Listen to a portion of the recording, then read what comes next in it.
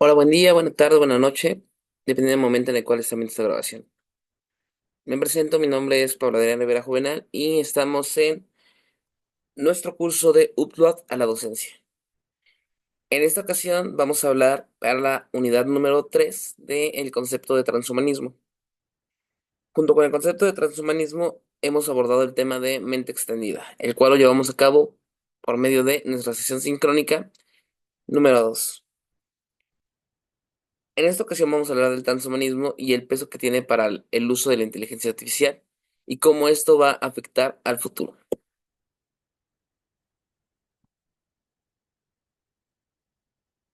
En concreto, cuando hablamos de el transhumanismo, nos referimos a la modificación que puedan poseer o que poseen las personas por medio de la tecnología para potenciar sus capacidades físicas y mentales.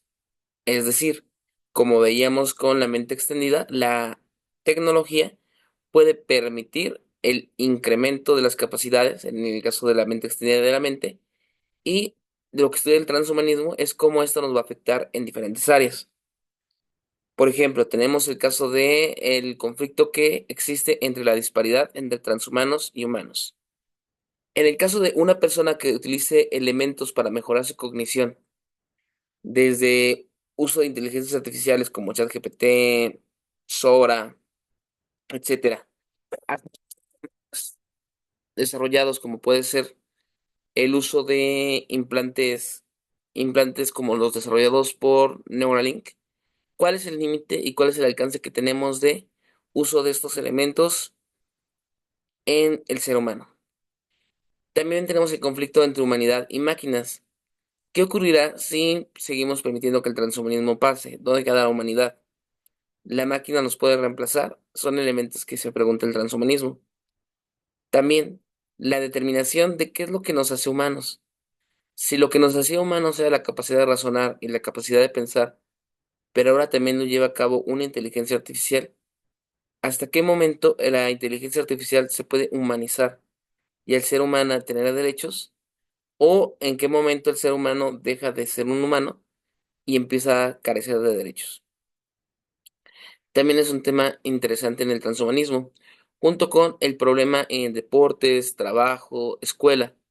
¿Qué ocurrirá en el momento en el que existan transhumanos en diferentes áreas y cuál va a ser el papel que tengamos nosotros en todo esto? Como parte de nuestro curso Upload a la docencia, este tema está para la reflexión en cómo vamos a evaluar a estudiantes que tienen el uso de inteligencia artificial, correctores ortográficos, editores de citas, etcétera, en contraposición contra personas que poseen carencia en estos elementos. Son como puntos a trabajar.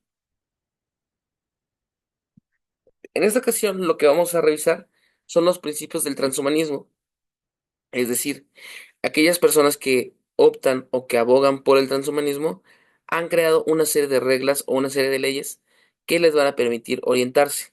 De forma análoga a los derechos humanos, los principios transhumanos tratan de garantizar las libertades de este nuevo tipo de elementos que van a aparecer.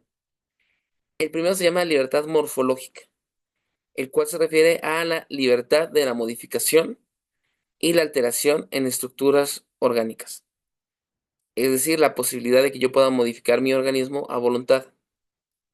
Lo podemos buscar en internet. Hay casos en los cuales personas ya modifican su cuerpo para parecerse o adaptarse a lo que ellos quieran.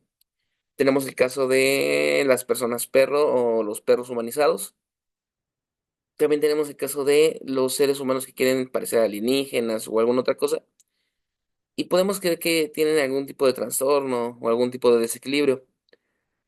Pero el transhumanismo aboga que mientras no les afecte y sea algo que ellos deseen, hay que darles el derecho de poderlo hacer, cosa que en la actualidad ya está validado por el artículo primero y el reconocimiento del libre desarrollo de la personalidad. Sin embargo, el transhumanismo quiere ser tajante mencionando que cualquiera tiene este derecho a la alteración en nivel orgánico. El segundo principio que tenemos es la libertad intracorpórea, el cual es el derecho a modificar la estructura interna del cuerpo para prolongar la existencia o cambiar su funcionamiento. Aquí ya tenemos los trasplantes, ya tenemos aquellos elementos que se incorporan en el ser humano para poder aumentar su vida, pero también para cambiar su funcionamiento. Si ustedes revisan en internet, pueden encontrar casos como el de el primer cyborg, el cual se añadió una antena conectada a su cerebro que le permite escuchar colores, colores como el infrarrojo, el ultravioleta, y estos elementos lo generan como un transhumano que ya tiene capacidades modificadas, pero para ello tuvo que modificar su propia estructura interna. También tenemos la libertad intercorpórea. La anterior era intracorpórea, aquí hablamos de la libertad intercorpórea, la cual es la modificación de la especie por el propio, o perdón, o de la modificación de especies o del propio ser humano por medio de combinación de genes, alteración genética para la mejoría. Ya se lleva a cabo en el caso de animales para incrementar sus capacidades, pero aquí lo que está abogando es para poder modificar al propio ser humano. Si han leído la novela Un Mundo Feliz, va más o menos por allí este tipo de libertad. O la película de Gattaca. Es decir, que yo tenga la posibilidad de elegir qué genes va a tener mi hijo o mi futura descendencia. Desde el cambio más mínimo como modificación de color de ojos, estatura, más radicales como tendencias o nivel, bueno, o desarrollo cerebral, hasta inclusive ya abogar por elementos transhumanos como la alteración genética, incluyendo características animales. Estos puntos son parte de lo que defiende la intercorporeidad y tiene un debate muy grande. Actualmente no es permitido y está muy, muy limitado en muchos países la modificación a nivel genético por el riesgo que implica. Pero el transhumanismo aboga a que sí es necesario y que es una libertad que todos tenemos que poseer. La libertad transcorpórea, en esta misma línea de pensamiento, es la posibilidad de trasladar la mente a otro soporte no orgánico. La clase pasada les mostraba Roku 2.0, el cual es como una adaptación de un amigo a una inteligencia artificial. Aquí la libertad transcorpórea es la posibilidad de que yo cambie mi organismo orgánico a través de la máquina para transportar como si fuera una USB todo mi conocimiento a una máquina y poderme desarrollar desde allí. En la actualidad esto no es posible y si fuera posible carecería esa nueva inteligencia artificial de derechos ya que no se le reconoce como un ser humano. Sin embargo, ¿qué ocurriría o qué ocurrirá en el caso de que sí podamos trasladar o copiar nuestra conciencia? ¿Tendrá derechos humanos? ¿No tendrá derechos humanos? ¿Y qué haríamos con este tipo de individuos?